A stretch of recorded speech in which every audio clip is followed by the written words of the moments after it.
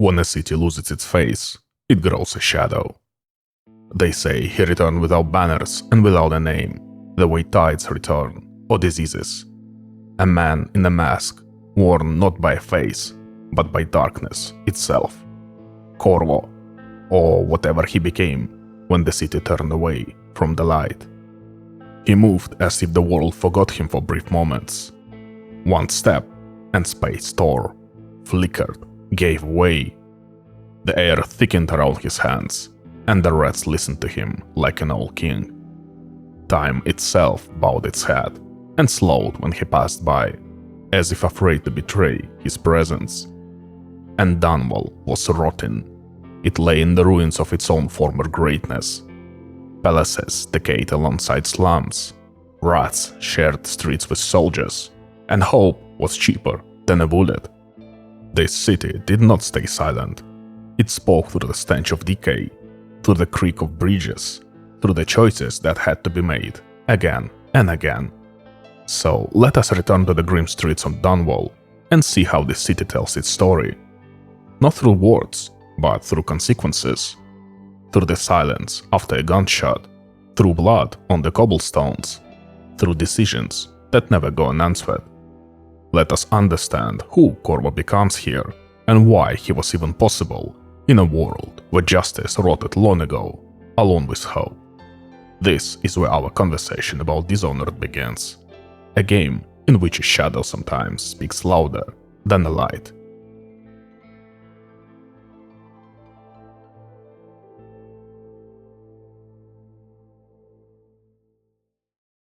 The game begins with a calm boat ride.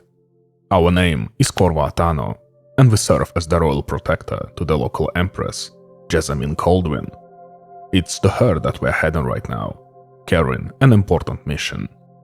It so happens that a plague is raging in the capital of the empire and several neighboring regions, which is precisely why the empress sent Corvo on a journey to nearby islands to search for a cure and bring back aid. However, the news our protagonist carries is grim. There is no cure for this plague, and neighboring states, instead of offering a helping hand, are preparing to impose a blockade in order to protect their own citizens from the disease spreading to the lands. Our task at this moment is simply to deliver a letter to the Empress, who is standing just a few steps away from us.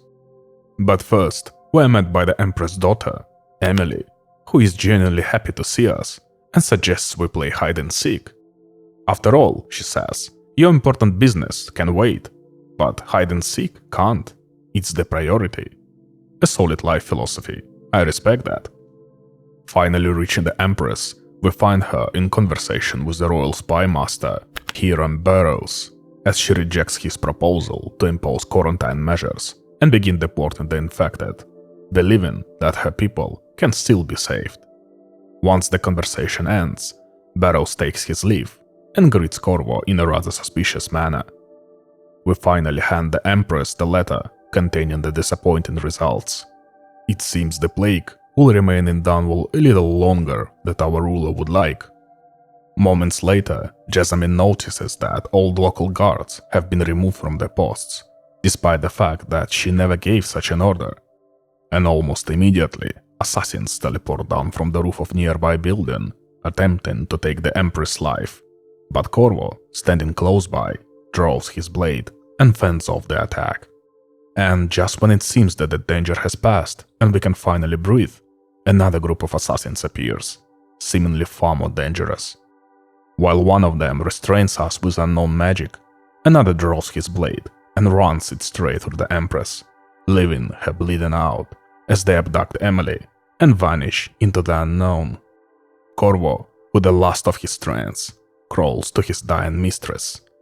With her final breath, she begs him, no matter what the cost, to find Emily and protect her at any price.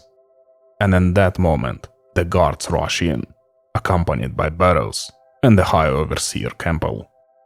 The royal spy master accuses Corvo of murdering the Empress and kidnapping the heir to the throne, Emily. He orders Corvo's arrest, and one of the guards, without asking any questions, knocks him unconscious with a sword strike. Perhaps, if these guards had even a couple more brain cells and entertained a single logical thought, why Corvo would kill the Empress, kidnap her daughter, then return to the crime scene and calmly sit by the body, the game would have ended right here, with the arrest of the real bastard. But we have what we have. For 6 long months, the former royal protector is imprisoned in Coldridge prison, where he is regularly subjected to torture. Under these conditions, the High Overseer Campbel attempts to force Corvo to confess to the murder of the Empress, but our hero holds strong and has no intention of voluntarily pinning this crime on himself. Then Burroughs, who is present in the interrogation room, and who, after the Emperor's death, has become Lord Regent, effectively the highest authority in the Empire, orders the executioner to leave the room. At this point, it becomes absolutely clear that he is the one behind this entire mess. Campbell, fully aware of what's going on, informs us that our execution will take place tomorrow, and then the truth about the conspiracy will never come to light. The Empire, he says, will now be ruled by Burroughs himself. The Lord Regent claims that he bears no personal hatred towards Corvo, and that the assassination was supposed to happen before his return to Dunwall. Corvo was simply unlucky enough to be in the wrong place at the right time, and now everything that happened will be conveniently pinned on him. Overall, this is a textbook mustache-twirling villain who, for some fucking reason, explains every detail of his evil plan and openly names everyone involved. A genre classic. After all, the chance that the Empress' greatest warrior might escape custody is always zero, right? But we will have plenty of time to talk about Burroughs' terminal idiocy later. And honestly, this duo has such extravagantly villainous faces that when I first met them, even before the assassination attempt, I had this creeping feeling that these were going to be the slimy fucks behind it all. But we will also talk about character and world design a bit later. Our protagonist is dragged back to his personal apartment in the prison. One of the officers brings him a tray of food, saying it was sent by Corvo's friends. And indeed, beneath a piece of stale bread lies a note from an unnamed ally, outlining Corvo's next steps and including the key to his cell. This is the exact moment when proper gameplay truly begins. We escape the cell, grab the sword thoughtfully left on the table by the guard, and set off to make our escape. And even though I literally just said that this is where the real gameplay starts, this level is more of a second tutorial, just one that's much closer to reality. But cut me some slack, I'm writing this at 3 in the morning. We need to slip past the guards and reach the interrogation room in order to steal explosives from a safe, then cross the prison yard, plant the charges on the prison gates, and make things go boom. How you accomplish these objectives, however, is entirely up to you. You can either butcher every enemy you encounter or sneak past them unnoticed. In the first case, nothing particularly interesting happens. You simply get more familiar with the combat system. In the second, however, you are given a chance to appreciate the quality of the game's level design, with its emphasis on overcoming obstacles in clever, non-obvious ways. But, of course, we'll talk about that a bit later. I keep postponing everything, don't I? But, again, this is just a small tutorial level. You run through a handful of rooms, read some notes, kill a few guards, and suddenly you're out. An escape, followed by the sewers. The catacombs serve as the final stage of the introduction, and a couple of important things happen there as well. First of all, we acquire our gear, thoughtfully left behind by our mysterious benefactor.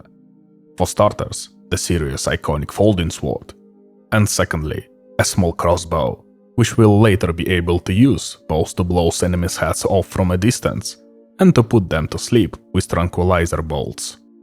The catacombs also introduce us to rats, another crucial element of the game. These little rodents are everywhere and act as the carrier of the plague. But there is only one thing we really need to know about them. They can easily devour anyone alive. And the very first scene showcasing these adorable creatures shows a slightly hungry swarm of rats eating 2 lost guards alive. and not so subtle hint that we should probably stay the hell away from them. Finally escaping the prison and the catacombs, we meet a boatman named Samuel, our future taxi driver for the entire game. He is the one who picks us up and takes us to the Houndspeed's pub, where our new allies, calling themselves the Loyalists, are already waiting. The Loyalists consist of several people, but the most notable among them are Admiral Farley Havelock, a hardened veteran of countless naval battles and a loyal subject to the Empress who refused to serve the new Lord Regent, and Lord Trevor Pendleton, a representative of the aristocracy. They explain everything that is going on and outline Corvo's role in the Loyalist conspiracy. He will become the punishing hand, eliminating anyone who dares threaten the throne, destined for Emily. With his help, the Loyalists plan to remove all key figures of the new government from the board, as well as locate the young lady herself and place her on the throne. Another key character is Piero Joplin, essentially the local version of Leonardo da Vinci from Assassin's Creed 2. His job is to supply Corvo with various gadgets and to upgrade Corvo's existing tools and abilities. He also gives us another iconic piece of equipment, the Assassin's Mask, meant to conceal Corvo's identity and instill fear in the hearts of his enemies. However, before we start slaughtering the enemies of the crown, Corvo needs some rest. And honestly, that's completely understandable. Half a year of torture and interrogations, followed by a prison break and a stroll through the sewers, would knock anyone flat. But when we wake up, we're no longer where we fell asleep. We are in the void. And here we encounter arguably the most significant character in the entire series, the Outsider. He is something like a bored ancient god, observing the world of miserable little humans and granting his mark to the most interesting among them, effectively gifting them a portion of his power. Corvo's fate greatly intrigues the Outsider, so he gladly shares part of his power with him. The first, and arguably the most important of these abilities, is Blink, which allows us to instantly teleport a short distance. I would be lying if I said that this ability wasn't extremely useful. Given Corvo's line of work, it's downright indispensable in situations when you need to get somewhere quickly and unnoticed. The Outsider also tells us how we can improve these abilities or acquire new ones, by finding special runes hidden throughout each level of the game. To make this search easier, the Outsider gives us a strange heart that begins to pulse when runes are nearby and shows the approximate location within the level. By the way, I would really like to thank the developers for allowing us to at least roughly understand where to find these runes using this artifact, instead of forcing us to poke into every corner like blind kittens. Even so, some runes will still require clever maneuvering, finding safe codes, or other tricky solutions. After waking up, we head downstairs and receive our first proper mission, to travel to the office of the High Overseer Campbel and eliminate him. Campbell also possesses his personal journal, which contains compromising information on important Imperial officials and supposedly describes Emily's whereabouts. In addition to this, we are given another objective, to rescue Teague Martin, one of the overseers who defected to the Loyalists. It turns out that Martin was the one who planned Corvo's escape from the Coldridge prison. But that's not all. Right before departure, one of the pub's servants, Callista, also approaches the protagonist, asking for help. She is the niece of Captain Jeff Curnow. As far as I understand, he is one of the people Corvo traveled with by sea while searching for a cure to the plague. According to her, Campbell plans to poison the captain, since he is an exceptionally honest and just a good man. And if you really think about it, he couldn't have known anything about the conspiracy anyway. He was out at sea with us at the time. So yeah, I agree. There is no reason to kill him. And this is the moment where our revenge truly begins.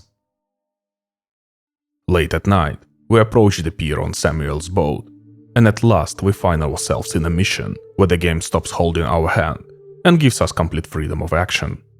For that, and I think you will agree with me, I love immersive sims, and Dishonored is no exception. The game is incredibly flexible in this regard, and your hands are quite literally untied. You are free to do whatever your soul desires. The classic immersive sim approach. You are given an objective, and how you choose to accomplish it is entirely up to you.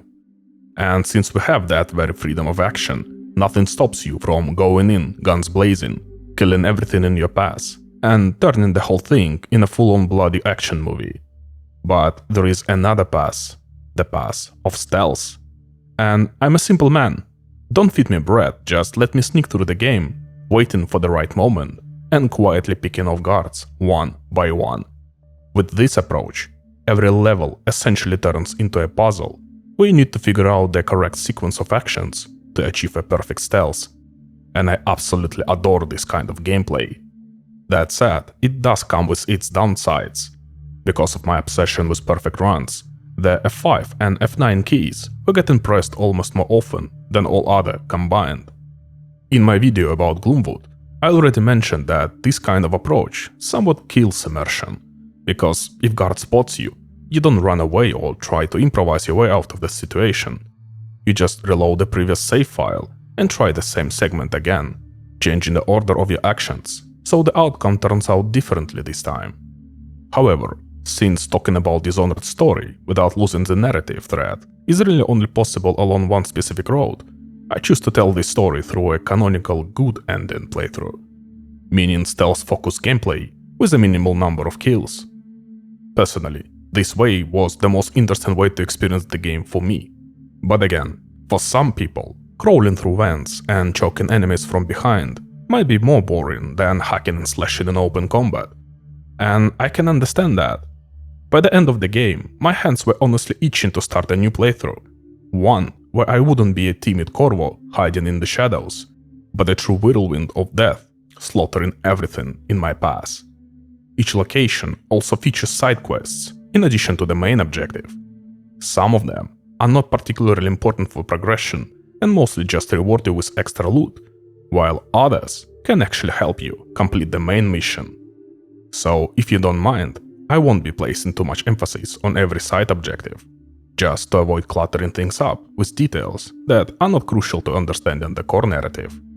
In the very first mission, we get the chance to complete an optional quest for a rather strange old woman named Granny Rax. She clearly has some issues with both her eyesight and her sanity, but the most interesting part is that she, just like us, possesses the Outsider's powers. Something he himself warns us about in his shrine, located in the courtyard of her house. The old hag has some beef with the local gang of thugs, so she asks Corvo to help deal with them and mess with the bastards a bit. These bandits have been brewing an elixir that supposedly cures the plague, so Granny comes up with the brilliant idea of tossing the guts of a plague-ridden rat into their distillery. Well, I've got to say, a pretty solid way to harmlessly fuck with your enemies. As a reward for completing her tasks, she gives us runes, which we can use to upgrade our abilities. For example, upgrading Blink straight to level 2, which helps us immensely going forward. One way or another, Corvo sneaks past the guards patrolling the streets and makes his way to the High Overseer's office. In the square outside the building, we also find our secondary objective, Overseer Martin, shackled in chains. We pull the lever, grant Martin his freedom, and with the sense of duty fulfilled, head straight for the bastard Campbel. That piece of shit has a meeting scheduled with Jeff Curnow in one of the office halls, during which the asshole plans to poison the captain of the City Watch. However, if we reach the room ahead of time, we can start pulling off our dirty little tricks. And the range of choices here is massive. We can swap the wine glasses, poisoning only Campbel. We can mix their contents, sending both men to meet the makers.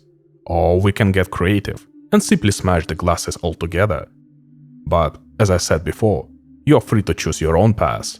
And since I decided to roleplay as a pacifist and keep my hands clean, we break the glasses and observe the meeting from above. Noticing that there is no wine on the tray, Campbell decides to deal with the captain the old-fashioned, reliable way, quietly stabbing him in some secluded spot. It turns out the High Overseer has his own private hidden room in the basement, and that's exactly where he chooses to carry out his bold plan. Once Corvo and Campbell enter the room, the High Overseer distracts the captain by drawing his attention to a painting, and then tries to kill Jeff from behind, like a rat. However, if you somehow draw the captain's attention, he will turn around, and a real man-to-man fight breaks out. What happens next is completely random. Either one of them can win, and since the fight is to the death, neither outcome works for us. Which is why the bastard gets a dose of sleeping darts straight in the ass and is sent off to nap time. And I wasn't entirely sure how Corvo would react to all this, so just to be safe, I gave him a similar acupuncture treatment and sent him to sleep as well. He is supposed to be friendly toward Corvo and not attack him, but hey, better safe than sorry. So, here is the problem. We are in the basement of one of the most heavily guarded buildings in the Empire, and we have two bodies in the room. Not dead, but still bodies. What do we do? How do we proceed? Let's solve our problems one at a time. First and foremost, our main objective is neutralizing Campbell, so let's deal with him first. Killing this scumbag would be the simplest option, but we are not simple people, and this bastard deserves a much worse fate, so we will get a bit more creative.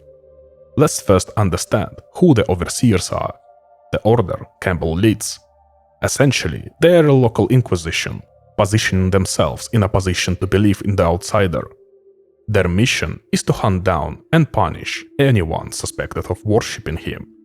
Naturally, this order has its own code of 7 rules. Break even one of them, and you are in for a very bad time. A guilty member is branded with a special mark on the face, and this branding can be applied to anyone, regardless of rank, status, or position in the hierarchy. Once branded, this person loses all privileges and is permanently exiled, kicked out with piss-soaked rags.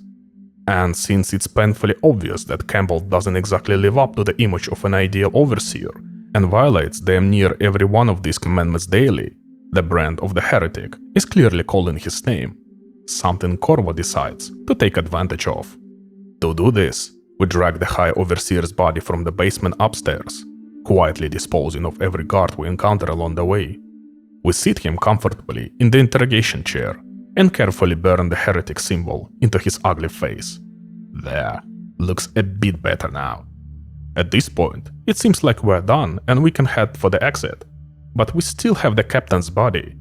The game suggests moving him to some safe place, namely a fucking dumpster. Well, sure. And now we can finally leave with a clear conscience. We exit the Overseer's compound, reunite with Samuel, and deliver ourselves, along with Campbell's stolen journal, back to the Loyalists bar. Docking at the pub, we're immediately thanked by Callista for saving her uncle, and I would really love to see his face when he wakes up in the trash bin. After that, we head to the Loyalist leaders, who praise Corvo for dealing with Campbell, rescuing Martin, and stealing the High Overseer's journal. While the men carefully study the journal for clues about Emily's whereabouts, we get a brief moment to catch some sleep and recover our strength, something we, of course, take full advantage of. The morning starts with a less than pleasant chore.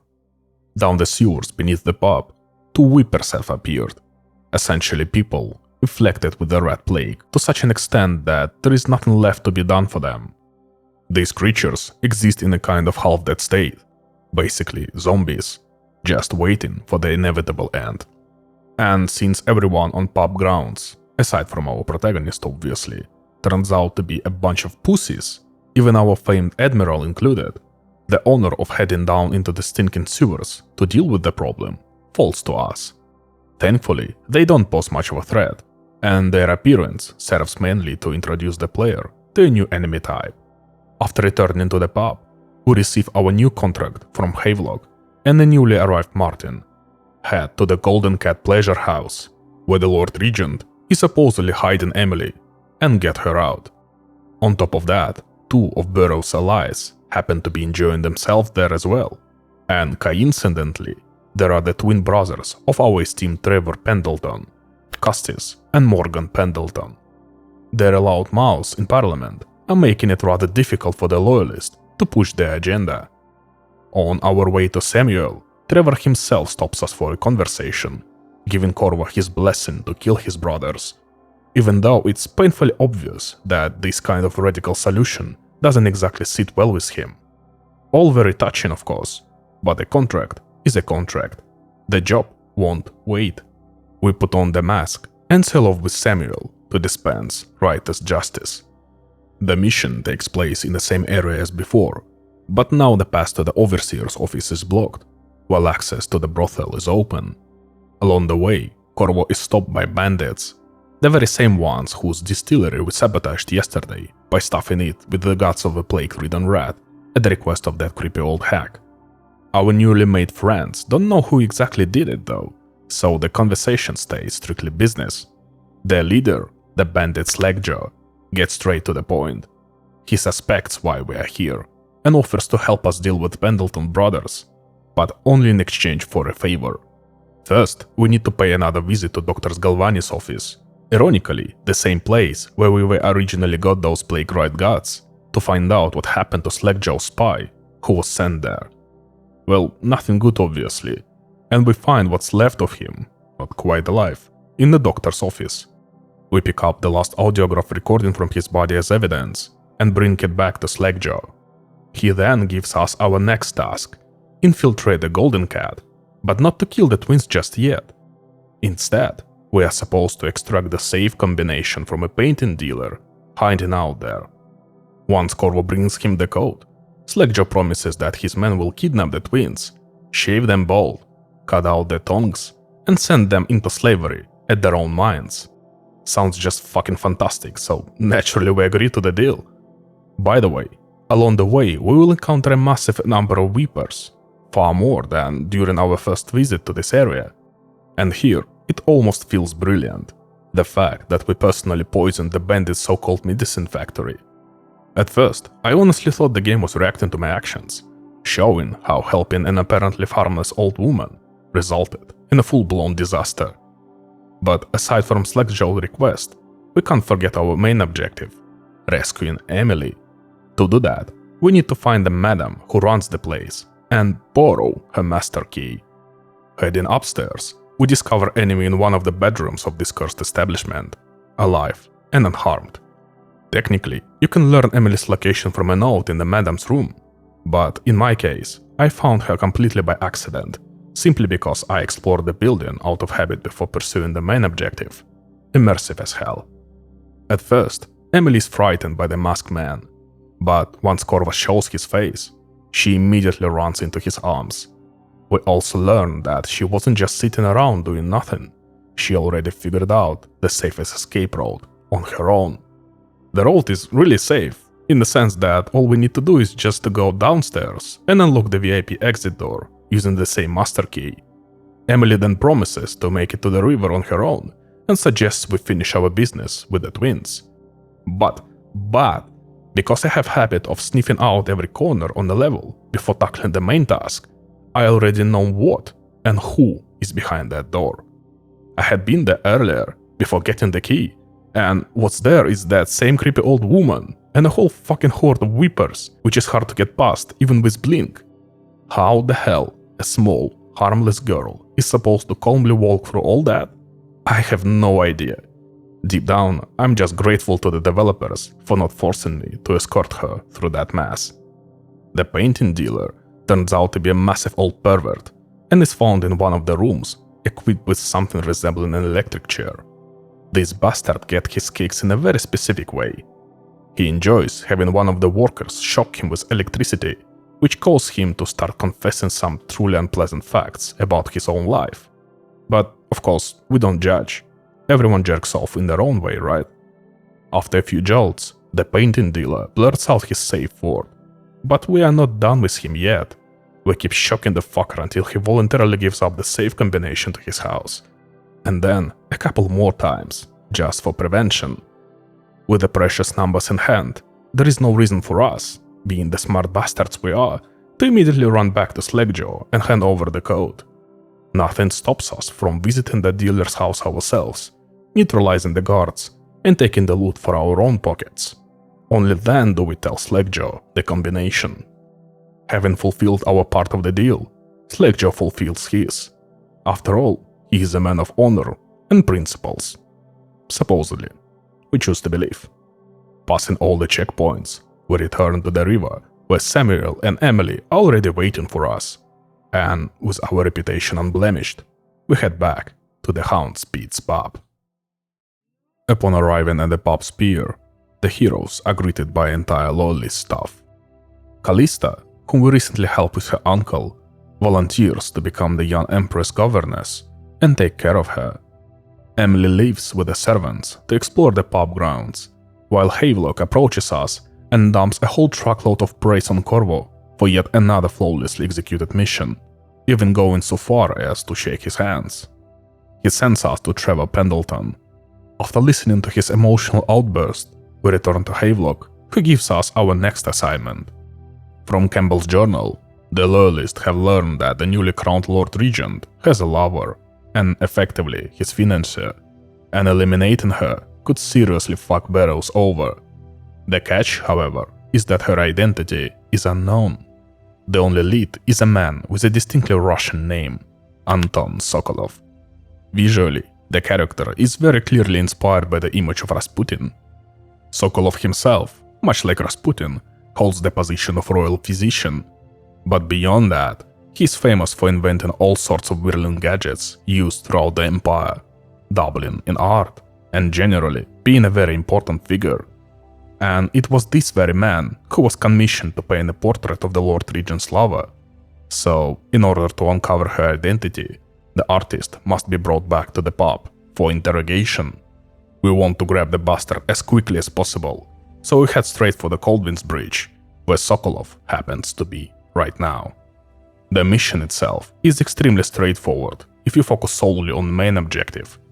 First, we need to disable the spotlights on the bridge, so Samuel can bring his boat closer to Sokolov's house, ensuring a cleaner escape. The spotlights are located directly on the bridge and are powered by 2 fuel tanks. Once they are disabled, we cross the bridge and make our way to Sokolov's residence. He is located on the very top floor, and there is no guard posted nearby, so there is really no risk of being spotted. Still, not knowing that at the time, I simply knocked him out with a sleeping dart, and well, that was that. Aside from Sokolov himself, his apartment also contains a cage with some poor woman locked inside, which pretty much confirms that Anton is a grade A piece of shit with plenty of sins under his belt. Grabbing his unconscious body, we carefully make our way down to Samuel's boat and return to the Loyalist at the pub. Havelock and Martin, rubbing their hands together, prepare to start extracting information from the royal physician, while the hard-working Corvo heads off to his room for some well-earned rest. Waking up, Corvo finds Emily standing by his bed. The future Empress brought Corvo a drawing depicting the protagonist without his creepy mask.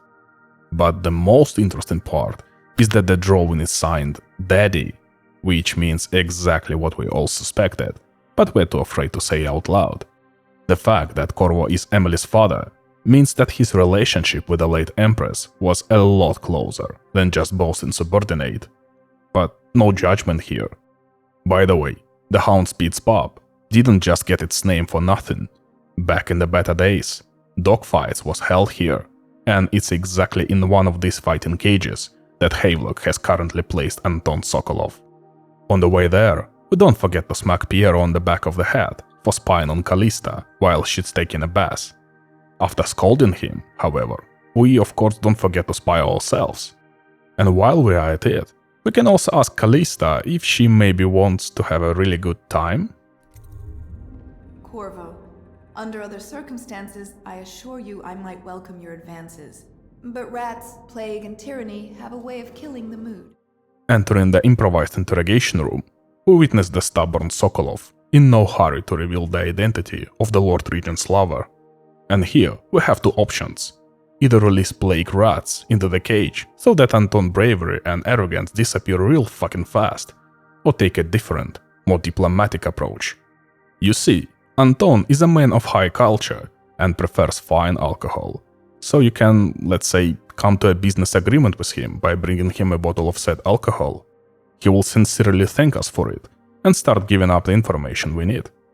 He himself doesn't know the exact identity of the lover he was painting, but he does know that she is one of the 3 Boyle sisters. By a happy fucking coincidence, the Boyle sisters are hosting a masquerade ball in their mansion tonight, and since Corvo already has a mask, the Loyalists decide to send him there to find out which sister is the target and eliminate her. Oh, how convenient. On our way out, Lord Pendleton approaches us with yet another small request, asking us to deliver a certain note to Lord Shaw, who will also be attending the event. Sounds easy enough, why not agree to help, right? After finishing all our preparations, we put on the mask and head out to the job together with Samuel. The area around the mansion is guarded by tall boys, dudes on 2-meter stilts who casually tear chunks out of people's asses with their incendiary rounds, so getting past them requires extreme caution. In general, to get into the event, you are supposed to have an invitation. You can find one either in the art dealer's mansion, catch one blown away by the wind from one of the guests, or just remember that this is the immersive sim, and vault over the damn fence. In the inner courtyard of the mansion, we will find Lord Shaw himself, to whom we deliver Pendleton's letter. It turns out that the sly bastard Pendleton used this very note to challenge Shaw to a duel, and Corvo will be the one shooting on Trevor's behalf.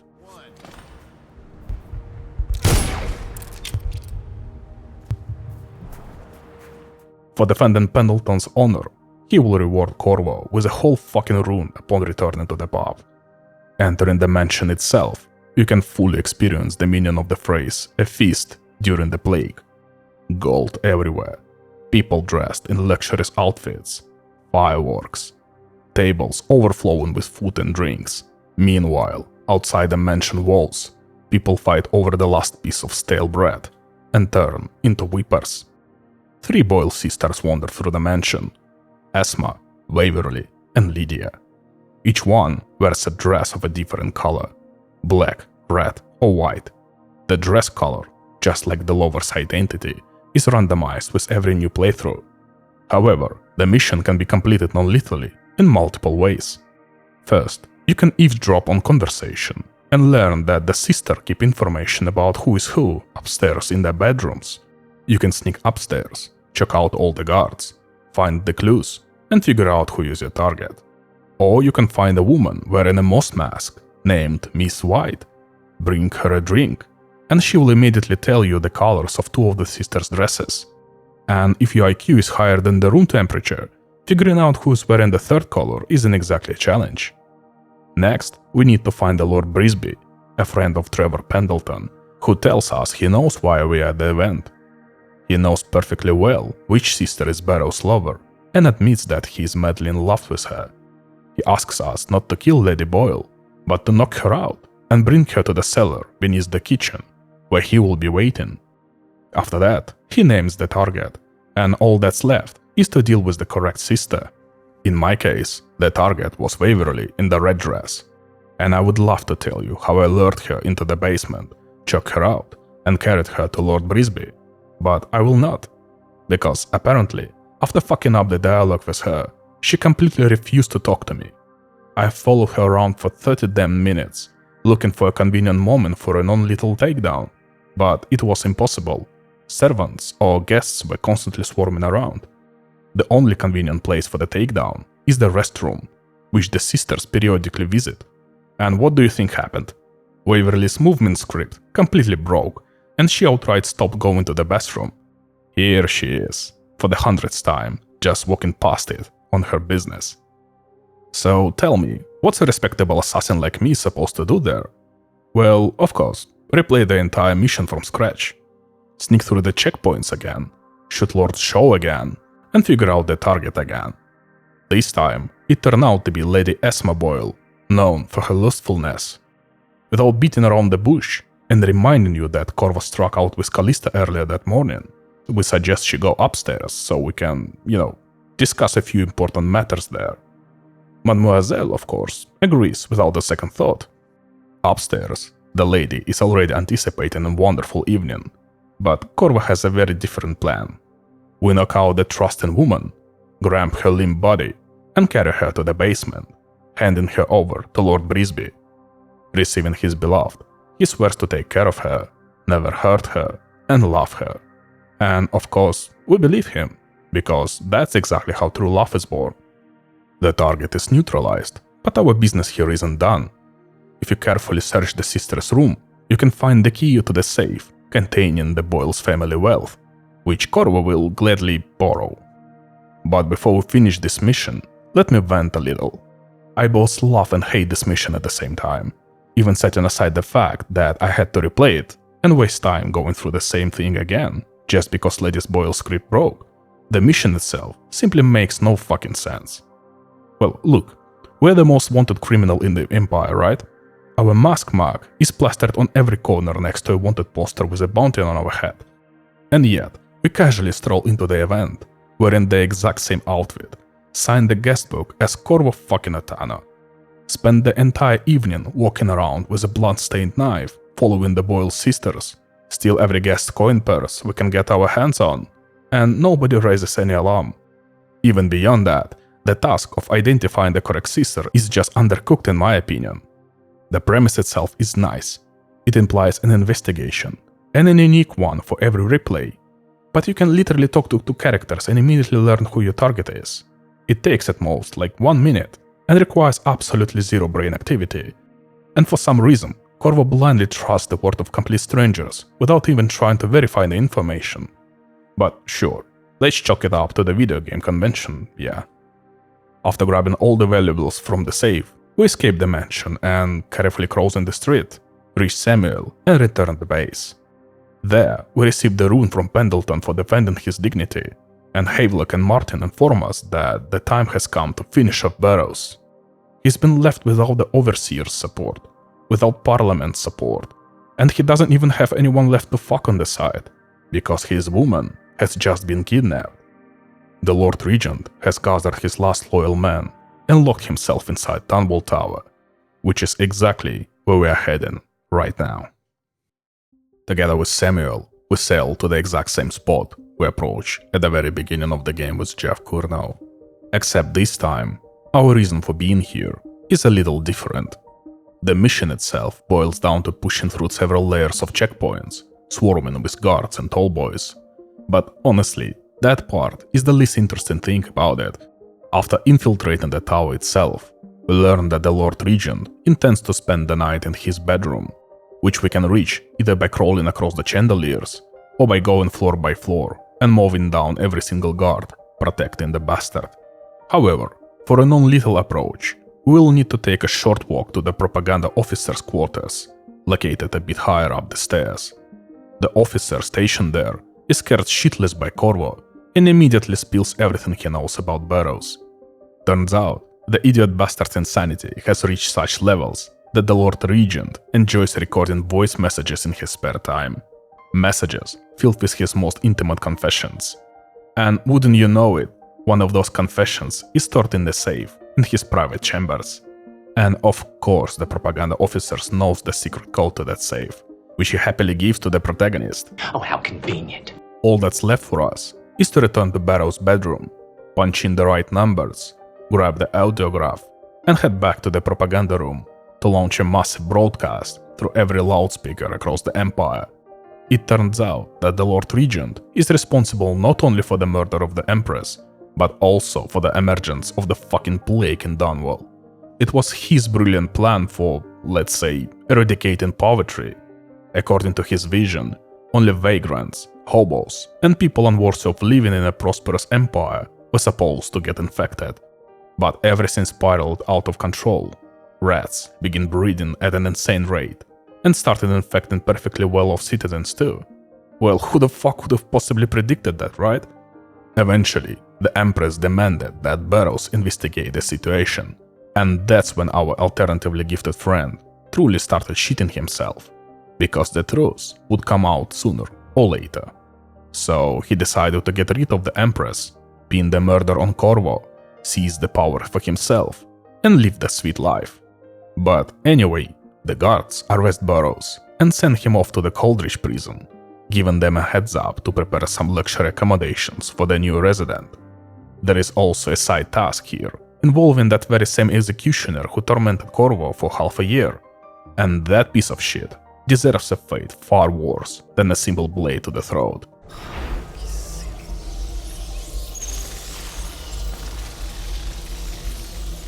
Calmly, we return to Samuel and head back to the pub to deliver the good news to the Loyalists.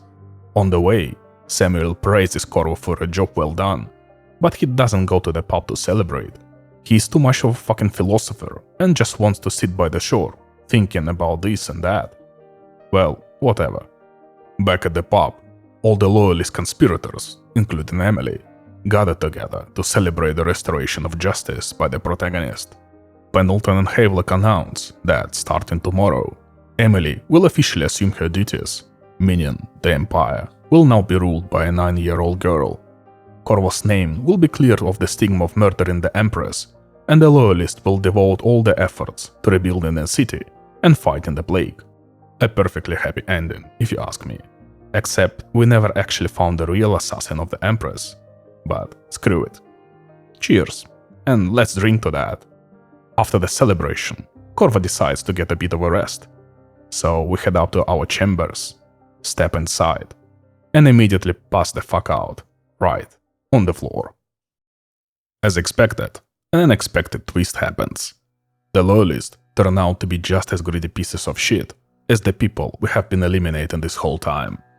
They ordered Samuel to slip an expensive but extremely effective Tivian poison into Corvo's drink. They did this for a very simple reason.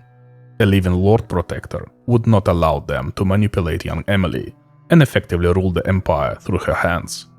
On top of that, the Loyalists wanted to present the public with the dead body of the Empress assassin to gain even more trust points with the people. However, our buddy Samuel slightly fucked up the traitor's plan by giving Corvo only half the dose of poison. Samuel understands perfectly well that the Loyalists are shameless scumbags, and if they were willing to screw over the man who did all the dirty work for them, then nothing would stop them from eventually disposing of Samuel as well. After all, he knows too much. So he decides to load the half-dead Corvo onto a raft and send him drifting down the river, while he himself hides somewhere quiet to wait out this dangerous time. The river current carries the raft with the protagonist into the flooded district, where he is found by those very assassins known as the Whalers. These are the same bastards, led by their leader Daud, who were responsible for the murder of the Empress. Now, spotting Corvo in a helpless state, they decide to deliver him to their leader so Daud can personally decide the protagonist's fate. Suddenly appearing, Daud says he recognizes the mark on Corvo's hand, and that he too has spoken with the outsider and possesses the powers granted by him. However, he doesn't know Corvo, doesn't know his principles or what he stands for, and therefore the protagonist represents an unacceptable threat to him. Tossing our equipment into a pit, he orders his men to knock the prisoner out, after which we once again find ourselves in the world of the outsider. The outsider expresses extreme interest in what's happening and says that he will be watching the events unfold very closely. We regain consciousness in an improvised Whalers prison. These guys clearly have no idea who they are dealing with. They left us our mask, covered the tank we are held in with a flimsy plank, and peel bricks on the floor to make escaping even easier. This raises the question, why even keep us alive at all? Well, because Havelock, who is now the Lord Regent, has placed a hefty bounty on our head, and Daud is very much interested in not missing out that kind of money. But Corvo, having broken free, intends to repay his opponent for all the good times, so we immediately head straight for Daud's headquarters. But first things first, we are getting our gear back. And an interesting detail, after breaking into a building where our equipment is stored, we can spot the former High Overseer Campbel, now turned into a weeper, and observe his fate after we branded him with that cursed mark. With our equipment recovered, we head to Daud's lair itself. It's guarded extremely tightly, so breaking into the main building is no small task. Daud will be in his chamber, surrounded by his loyal assassins. Nothing stops you from quietly getting rid of the Whalers first, and then choking out Daud himself. But there is a far more interesting option than that. You see, Daud is just like us. He's an elite guy, a warrior with a very high opinion of himself, and his abilities as well. So Corvo doesn't even have to fight him at all. Instead, he can quietly steal Dawood's purse, leaving him a message like, "Hey buddy, I could have killed you if I wanted to, but come on, live on champ."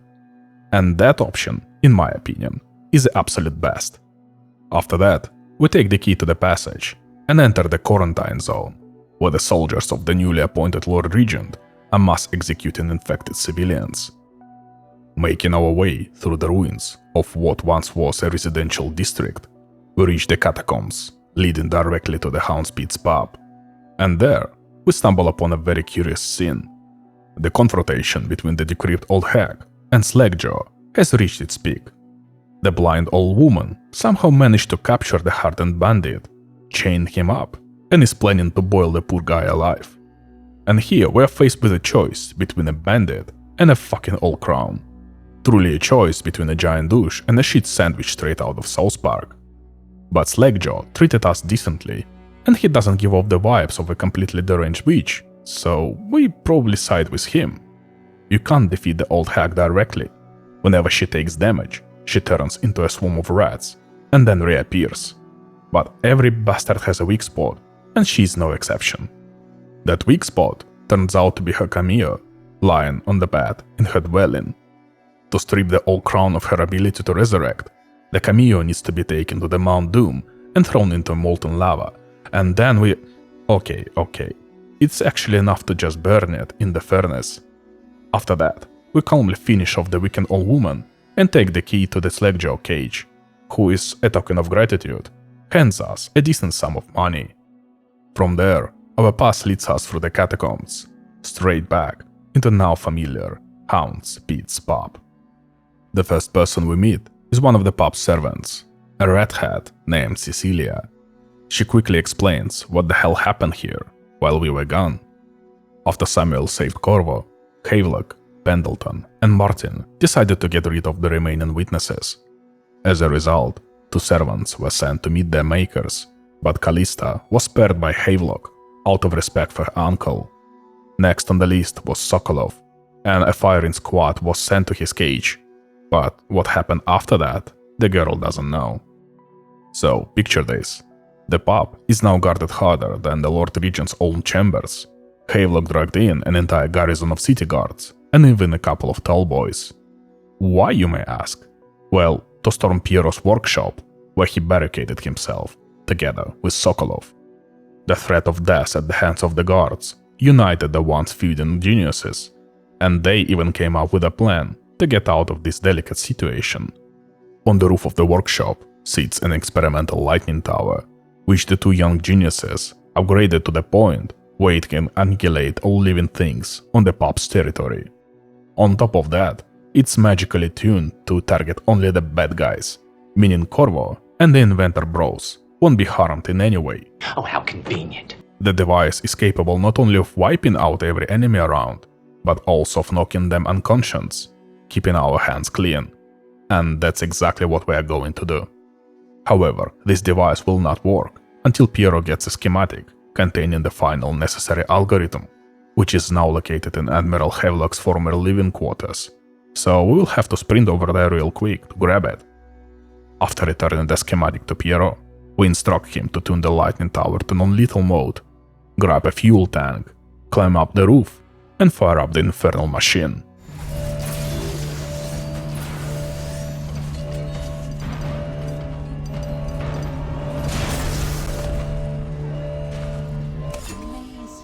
Voila! And the regime dogs are neutralized, and now nothing stands in the way of freely moving around the pub. We don't find either Emily or Havelock in the pub, and our main task becomes figuring out where they went.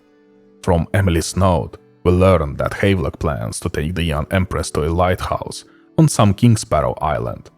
Going down into the pub, we also find a note from Havelock to the head of the guard, in which our recent ally confirms that he and Emily will remain on that very island until that situation with Corvo's sudden reappearance somehow resolves itself. So the destination is known, and the only one who will take us there is none other than our old friend Samuel. But first, we need to perform the ritual of summoning the boatman. To do that, we head to the tower where Emily used to live and find a lonely, sorrowful Callista there. After listening to the governess pour out her soul, we find a signal flare gun that Samuel left behind in case Corvo ever showed up again, and we can call our friend to help us one last time. Oh, none of that shit works because the game scripts decide to break once again, and you are forced to restart this goddamn mission from the very beginning, just like it happened to me. The next required objective simply disappeared from the quest log, and you have absolutely no idea what you are supposed to do. But whatever. After warmly greeting Samuel, we give him the address of our final mission, and together we sail off to rescue Emily. But before we head into the finale and find out what ultimately happened to Emily and Corvo, let's take a short detour and answer two main questions. Is Dishonored worth your time? And how well does it hold up at the end of 2025? Well, yeah, of course, it's worth your attention, for a number of reasons. First of all, the gameplay is fairly straightforward, yet insanely flexible. I get it, that doesn't shock anyone in the immersive sim space, but I still have to point it out, right? True to the genre, you can beat the game in pretty much any way you want, with minimal limitations. Dishonored's location and level design also deserves a separate mention. The areas themselves are large enough, and the game doesn't force you to come through them. But if you do stick around and dig deeper, you will be rewarded with nice little prizes, money for upgrades, runes, and so on.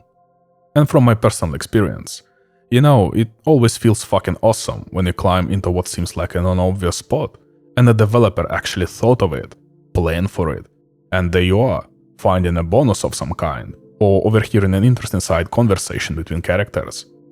The locations themselves are gorgeous sandboxes, where you're free to do whatever you want, finding not obvious roads to accomplish your goals. But I still can't ignore the fact that the game does feel a bit old in places, and you can see it at the very least in the loading screens between the main locations, and let's call it some side branch. Like guys, seriously, the game needs a loading screen to load a 2x2 location. Even in 2020, that's a pretty questionable choice, and in 2025 it's just straight up embarrassing. Nobody does that anymore, right? Visually, the game is also done in a fascinating style, largely thanks to the works of Viktor Antonov, the same guy responsible for the design of Half-Life 2. The textures and models looks kind of a drawn, but not as loudly and obviously as something like Borderlands, for example. This world feels more like a living old painting, depicting a steampunk version of Victorian England. And with the help of the game's gorgeous music, immersion happens easily, and almost without you noticing. Honestly guys, Dishonored's design is a whole massive topic on its own, one I would gladly break down for you. And if you would be interested in a more talky, analytical format like that, please let me know in the comments. The story, unfortunately, isn't the game's strongest side, at least in my opinion. Even the one unexpected twist is so damn expected that my very first thought when I met the Loyalists was that their marks looked just as nasty as the marks of the people who slapped us in chains. And honestly, I would have been more surprised if that twist didn't happen at all, seriously. But the lore and the Dishonored universe itself are magnificent, and they can easily give you dozens of hours of content if you're the type who loves to go deeper into the lore and pick this wonderful world apart piece by piece. Another thing people always argue about is the chaos system. The idea that the ending and what happens in the game changes depending on your playstyle. Honestly, I don't share the general outrage around it, but I totally understand if someone dislikes the restrictions. I will probably leave that one up to you to debate in the comments. And I also want to point out the not so immersive AI of our enemies, even on the higher difficulty levels. What exactly I mean by that, you can see for yourself.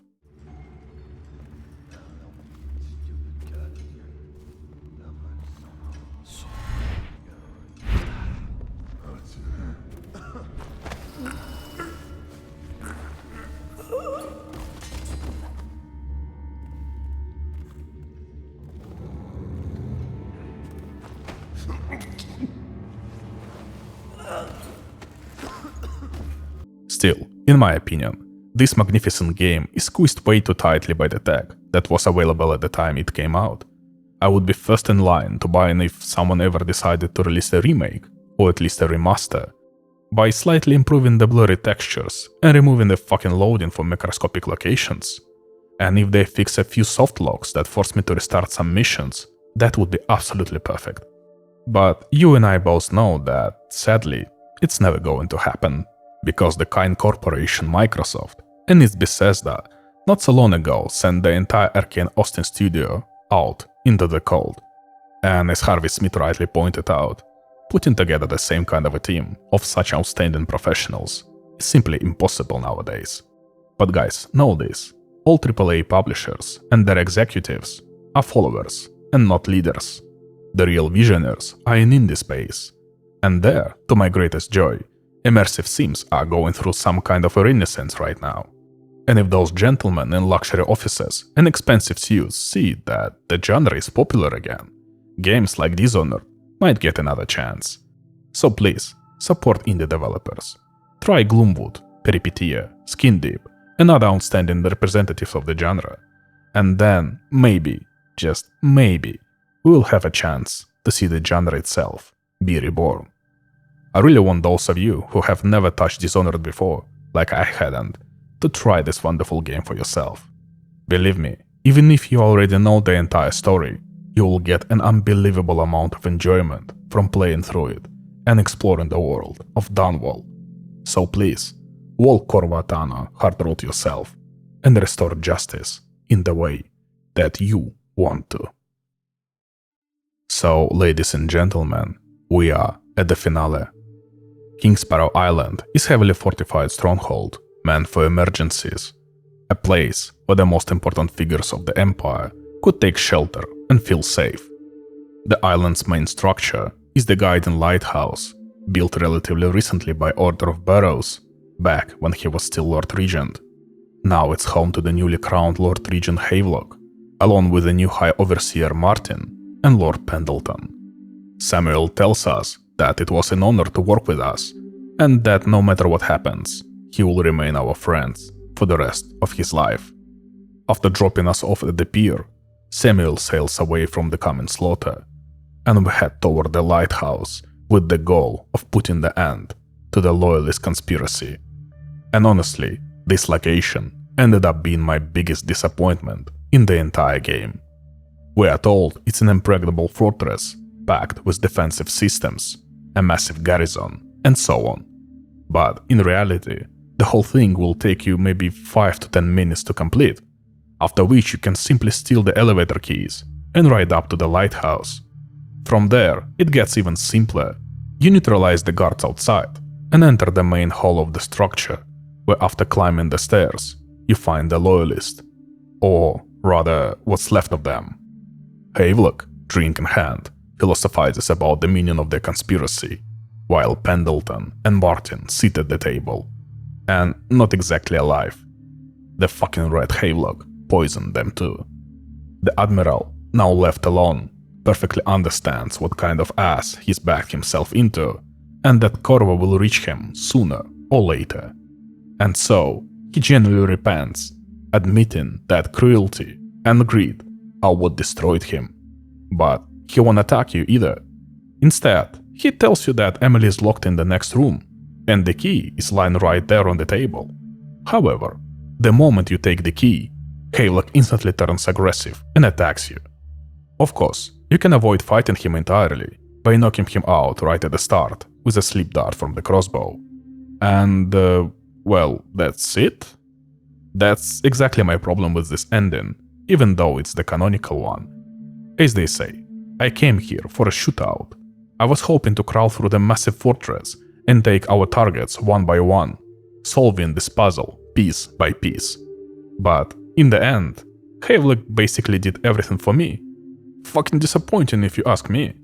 Though I guess this is specifically a downside of the low chaos ending, because at high chaos, you actually do have to kill the traitors one by one. But I will probably leave that for after this video is out. In the end, after dealing with the Admiral, we calmly free young Emily from her imprisonment. What follows is the ending, where the outsider narrates all the consequences of our little adventure from off-screen. Emily, as expected, becomes Empress, while her father, Lord Protector Corvo, becomes her loyal bodyguard and guides her along the right path. Sokolov and Piero put their differences aside and begin working together to find a cure for the plague, ultimately succeeding. Callista and her uncle survive this troubled time safely, and Samuel and Corvo become close friends, occasionally sharing a drink at the Houndspeed's pub, often reminiscing about their shared adventures.